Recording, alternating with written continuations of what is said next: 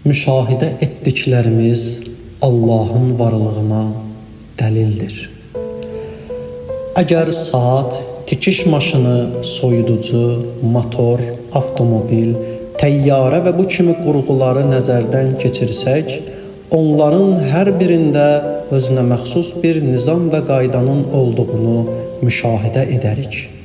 Ehtimal edə bilərsinizmi ki, bu dəqiq və nizamlı qurğular alim və mütəxəssislər dəxalət etmədən öz-özünə meydana gəlmiş olsunlar. Təyyarə motorunun heyrətləndirici qüdrət və nizama malik olması əqli baxımdan öz-özünə mümkün deyildir və bu həqiqəti siz qəbul edirsiniz.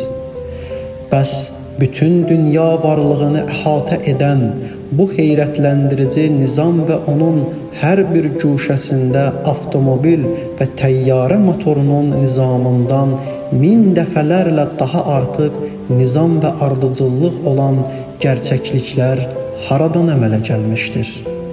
Dünyanın varlıq aləmində müşahidə edilən əsrarəngsiz nizam və qanun qayda mütəfəkkirləri də öz sirli təbiəti ilə heyrətə salmışdır. Bu nizam haradan yaranmışdır? Bir qədər ağıl, düşüncə və fikir işlətməklə insan dərrakəsi belə hökm verir ki, bilən, qüdrətli və hikmətli bir yaradan bu dünyanın nizamını, bu qədər əsrarəngsiz mövcudatı yaratmış və əmələ gətirmişdir. Varlıq aləmində olan nizamı anlamaq üçün təkcə insanın bədən üzvlərindən birinin, məsələn, gözün fəaliyyətini nəzərdən keçirin. Göz adlanan bu kiçik üzv o qədər dəqiq və sirlidir ki, mütəxəssis həkimlər onu tanımaq üçün ömürlərini sərf etsələr də, yenə də onun bütün sirlərini tanımaqda aciz qalmışlar. Elə bir ağıllı adam tapılarmı ki, göz kimi bir üzvün bu qədər dəqiq və nizama və heyrətləndirici xüsusiyyətə malik olmasını öz-özünə və səbəbsiz bir hadisə kimi qəbul etsin? Belə bir ehtimal mümkündürmü? İnsan bədəninin tənəffüs və həzm orqanlarının hər biri özünə məxsus qanun və sistemə malikdir. Onların hər biri kainatın bilən, qüdrətli və hikmətli yaradanı olduğuna dəlalət etmirmi? Bunların hər biri xüsusi hesab və ölçü ilə yaradılmayıbmı? İnsan və onun bədənindən keçək bitki aləminə. Bir buğda dənəsi və ya badam tumu yerə düşərək cücərir. Ya sünbülə çevrilir, ya da ağac kimi böyüyüb meyvə verir. Nəzər yetirin. O zaman ki, bu dənə torpağın altında yerləşir, sonra torpağı yarıb çıxır, sünbülə çevrilir. Bu böyümə prosesini dəqiq izləmək üçün necə də geniş və dəqiq tənzimləmələr lazımdır.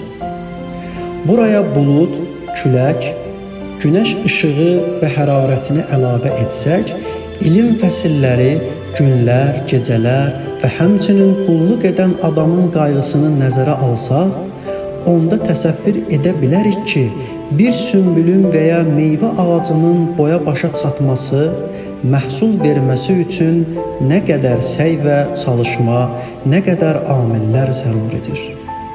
Bu sadə həyatı misal hər bir varlığın nə qədər mürəkkəb və çeşidli qanuna uyğunluqla tənzim olunduğunu göstərir.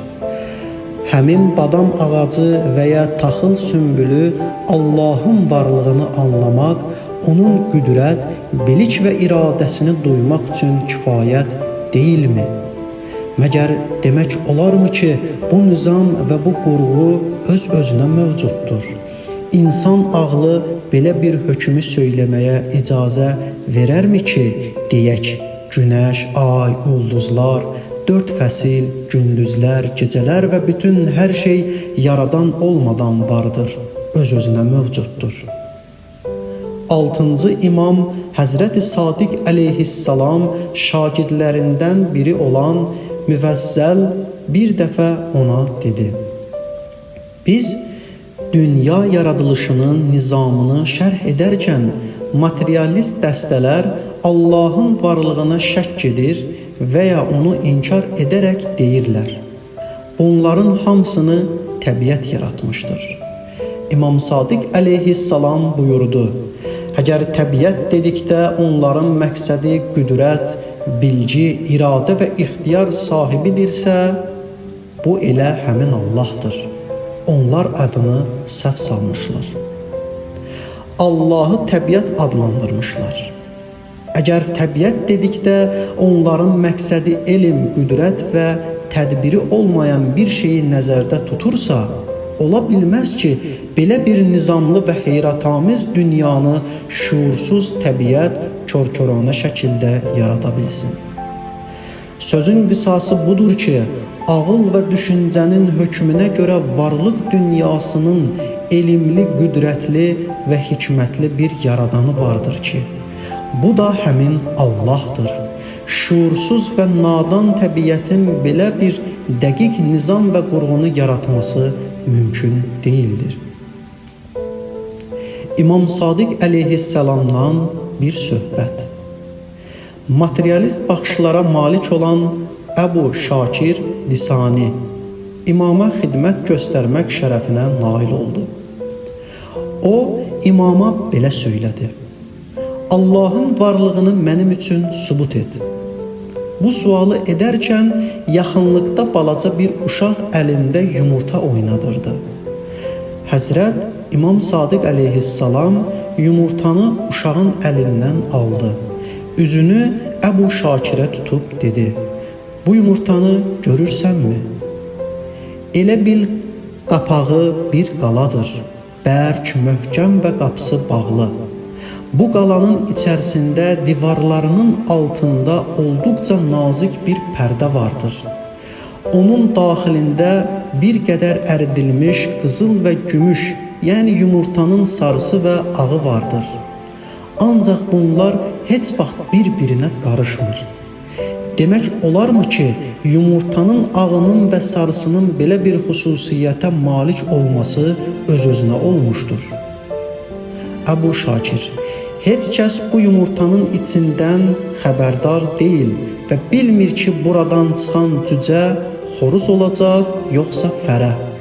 Cücə başını yumurtadan çıxardıqda maraqlı və rəngarəng boyalarla boyanmış olur.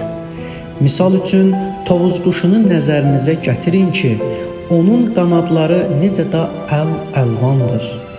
Cücəni bu rənglərə boyayan hansı gücdür? Bir toyuğun və ya tovuzun rənglənməsi bir rəssam tablosunun rənglənməsindən azmı işdir? Demək olarmı ki, rəssam tablolarının yaradanı vardır, amma bu təbii rəngləmələrin sahibi yoxdur və öz-özünə olmuşdur? Sonra İmam Əbu Şakirə belə buyurdu: məgər sən qəbul etmirsənmi ki, bu yumurta və ondan çıxan cücənin bu qədər çeşidli xüsusiyyətləri ola-ola onların tədbirli, bilən və hikmətli bir yaradanı da olmalıdır? Əbu Şakir bir qədər fikirləşdi. Elə bil yuxuda idi və birdən ayıldı. Dərhal dedi: bəli, şəhadət verirəm ki, yaranış dünyasının yaradanı vardır. Onun adı Allahdır. Bütün kamal sifətlərə malikdir. Şəhadət verirəm ki, Muhammed sallallahu aleyhi və alihi və səlləm Allahın bəndəsi və onun peyğəmbəridir. Sən də peyğəmbərin canişini və Allahın höccətisən. Onun ardınca getmək vacibdir.